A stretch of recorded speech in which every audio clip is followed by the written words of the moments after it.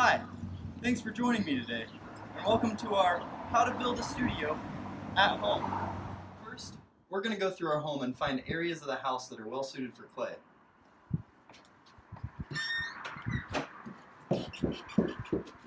Working with clay can get messy, so take into consideration areas of the home that are easy to clean, well ventilated, and out of the way. These places can be anywhere like a closet, the corner of your living room, basement, garage, and if it's nice out, outside. As you're looking for a place in your home to work with clay, think about areas that aren't used often. A garage or basement could be ideal because this would reduce the amount of clay dust in the living space significantly. It would be best if the floors were hardwood, linoleum, or concrete to make cleanup quick and easy. Next, we're talking tools. And if you don't have access to clay-specific tools at home, go ahead and think about replacements that you might be able to use. Get creative with this. If you're using kitchen utensils, be sure to use ones that you're not attached to. The clay can really degrade the surface of the tool, and you might not be able to get it back to its original state. Here we have a few different options of ribs, rubber and wooden.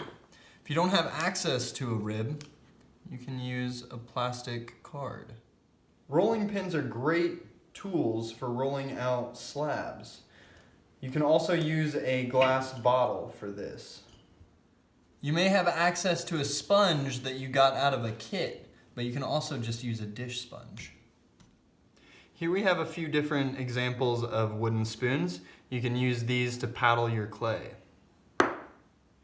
Here we have some fettling knives. You can use a butter knife for this as well. This is good for cutting clay or incising it.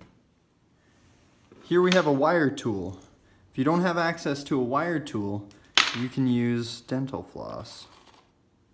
Here we have a few different options of needle tools. These can be used to scratch and attach, but they can also be used to make designs in the surface of your work. Scratching tools will be used for scratching and attaching and will work better than just a regular needle tool. Here we have a few different sizes of brushes. If you don't have access to brushes, use your fingers. Water spritzers are a necessity to spritz down your clay. You'll need something to hold water in it. This can be an old yogurt container, mixing bowl, or even just a good old wash basin. For wear boards, you can use old plywood lying around, flat plates may work, and even cardboard. You'll need plastic to wrap up your projects. Rags are nice to have on hand to wipe down surfaces and wipe up your hands. For my at-home studio space, I decided on this closet, and no studio space would be complete without a sturdy table. The table that I decided on is not only sturdy, but it gives me plenty of space to store my tools, my in-progress work, and my cleaning supplies. But I have enough space here to prepare my clay. I'm done working on these pieces for the time being, so I want to move them aside and wrap them up with plastic. Be sure to have your plastic handy and wrap your pieces tight.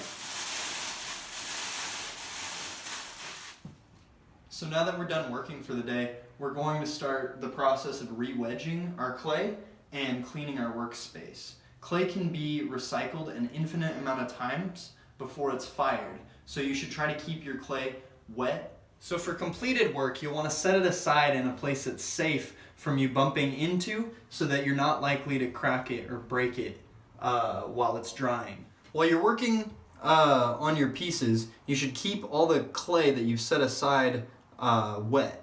If you allow it to get too dry, you're not going to be able to wedge it back up. So again, keep your clay wet. You can do this by covering it or even spritzing it with water. Right now, I'm just wedging my clay back up, working out any air pockets that are in it, and getting the consistency the same throughout the clay. So once you've wedged up your clay, you're going to want to put it back into your bag. And then you're going to want to spritz the inside of the bag just to keep the clay moist. Make sure you wrap that bag up tight and then just go ahead and set that aside. So be sure to clean your tools first when you start cleaning, and then clean the rest of your space in a top-down fashion. So now that you've cleaned your tools, you can get an initial wipe down of your table. Be thorough while you're doing this, getting all the chunks of clay. Once you've gotten that initial wipe down, use clean water to wipe it again.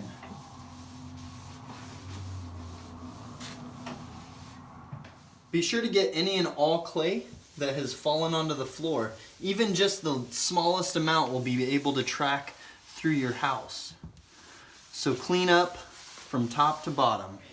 It is extremely important for you to clean as thoroughly as possible in your house if you're working with clay. This is to keep you and the people that you live with safe. So clay can't go down traditional sinks. So any water that you've used to clean up your space should be poured outside.